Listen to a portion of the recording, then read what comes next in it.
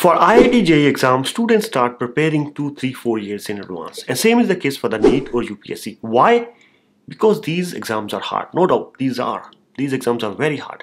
But also because the coaching instructions, the proper guidance is available everywhere in the country. On the other hand, for the PhD admissions, I feel like students are on their own. Although there is no entrance exam per se, yet the competition is fierce. Especially if you want to get into top schools in US or anywhere else in the world. The competition is really fierce for PhD. Majority of the students are not preparing as they should, not working hard enough, not starting 2, 3, 4 years in advance. And that's why they get rejection. Or the best case, if lucky, the ones who do get selected, underachieve. By underachieving, I mean the academically lustrous students, the students with perfect 4/4 GPA, class toppers, the students from the top universities from the respective countries, say IIT in case of India, fail to secure a PhD positions in top universities in US, Canada, Germany, Australia, UK, wherever. Whatever the reason is, the hard reality is because of so-called the lack of awareness, the lack of guidance, inability to present their best foot forward. Students get refused, face rejections, but you can turn the lack of awareness by other students into your advantage, and I'll tell you how. Here I'll talk about how to build a profile for a PhD application. Being PhD holder myself and having 13 years of experience working on PhD applications with many students and having so many close friends who are working professors in top US universities whom I interact regularly, I think I uniquely qualify to make such kind of videos. Based on my 13 years of experience and learning, I'm going to rank the factors that are super crucial for PhD applications. So let's begin.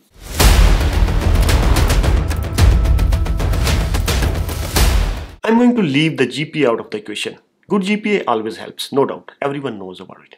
But this video is not about GPA, but about the other factors. And most importantly, this video is for the students who do not have the high GPA or the students who are not from the top tier universities from their respective countries. How can they maximize their chances? The number one factor to maximize your chances is the publications.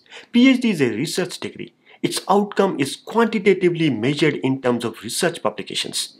The primary goal of a PhD student is to publish paper, as many papers as he or she can. And that's exactly what admission committee looks for when they look at the application, the potential PhD candidates. The ability to publish the papers. And if you already have the experience in publishing the research paper, the admission committee will be very confident in your application that you will be able to publish papers. You will be successful PhD student. That's what admission committee wants. They want you to be successful. A publication in your resume testifies your ability, vouch for your candidature, and speaks aloud. But not all the publications are weighted equally. There are primarily 3 types of publications. Number 1, research article published in a journal, a review article published in a journal, or an article published in a conference proceedings. The research article published in the journal carries the most weightage, followed by the article published in the conference proceedings. The review articles, on the other hand, carries the least weightage. It's just better to have rather than have your blank CV, but do not keep high hopes on the review articles. Here is an example of a journal article that I have published. The second most important factor in a journal publication is the impact factor of that journal, which you can easily find on the journal homepage. Higher the impact factor, the better the journal is considered. In my case, the impact factor of this journal is 4.6, which is considered moderately high. And the third important point in any journal article is the authorship. The first author is considered as the main contributing author, followed by the second and third author, and so on, unless it is specified that all the authors contributed equally. So keep these points in mind, that authorship matters, the impact factor matters, and what kind of journal publication you have in your resume, that matters. Next thing is the patents. Patents are equally important as journal publications. If you have the patent, they will carry the equal weightage. And I totally understand that not everyone can have a publication or a patent during the undergrad or masters. It is rare because it is hard. In fact, I didn't have any publication or a patent when I applied for PhD program in US. Still, I got in with 100% financial support.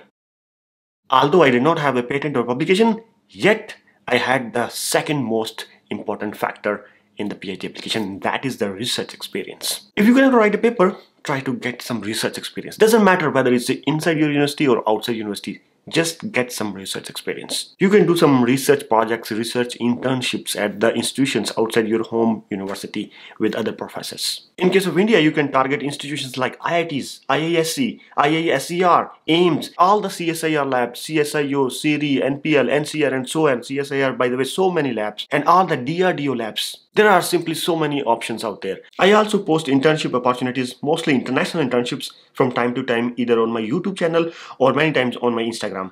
Keep an eye there. You can follow me on Instagram if you are interested.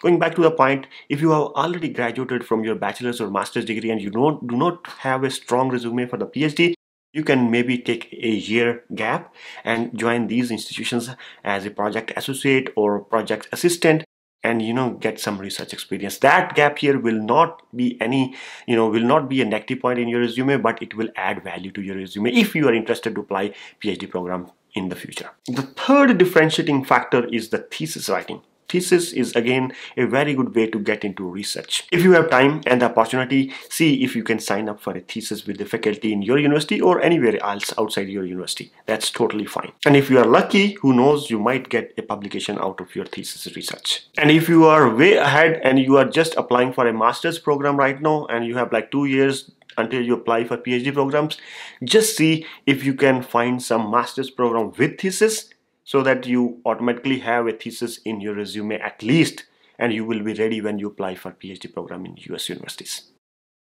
The thesis in your resume basically proves two things. It tells that you already have been trained on organizing your thoughts and putting them together into a document, which is super crucial. Two, it tells that you have been trained on doing some research, searching papers, doing literature study, finding gaps in the current research. All these factors are super crucial for PhD application and help your application really stand out. Now let's talk about the fourth factor. If you do not have a research paper, you don't have a thesis writing experience, you don't have a research experience either, then the next thing you can do is at least try to do some projects. Attend some international conferences or national conferences. Show your inclination towards research, and that's the bare minimum you can do. You can find a list of conferences on IEEE page, OSA page, APS page, and so on. There are many other places, depends upon your field. Choose some of the international conferences that matches your area of interest. The fifth and the last factor is GRE score. If you have none of the above, try to score high on GRE. I know many of the universities are becoming GRE optional or GRE exempt or GRE waived universities, but believe me, sending a high GRE score in the GRE optional university will bolster your claim as a strong candidate against anyone who doesn't have the GRE score, of course with a similar profile. If you have the time, you can even write a subject GRE, especially if your GPA is low. Advantage is, if you get a strong subject GRE score, send it to the university. If you get low score on subject GRE, don't mention it.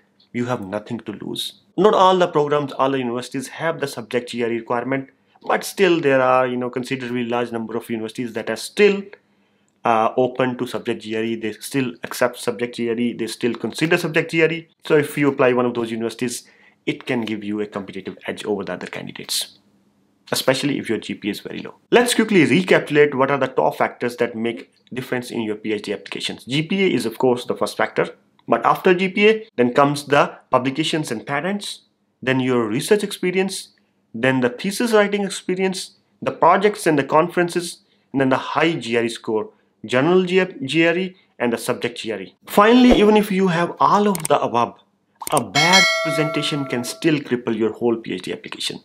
You need to be able to clearly articulate and be able to highlight your achievements in resume, SOP, and letter of recommendations. That goes without saying. Having above credentials are certainly important. They add value to your PhD applications. But if you don't pay attention to these three documents, SOP, LO, or resume, you will be underselling yourself. You will be diminishing your chances of admission. When we work with students on their PhD applications, we make sure we put their best foot forward and present their case in the best possible way. If you want me to work with you on your PhD applications, fill up this form and submit it. I will get in touch with you. The form is linked in the description of this video. That's all for today. Thank you so much for watching this video and giving me your valuable time. If you have liked this video, please give it a thumbs up, share it with your friends. I will see you next time, next week. Till then, take care. Bye.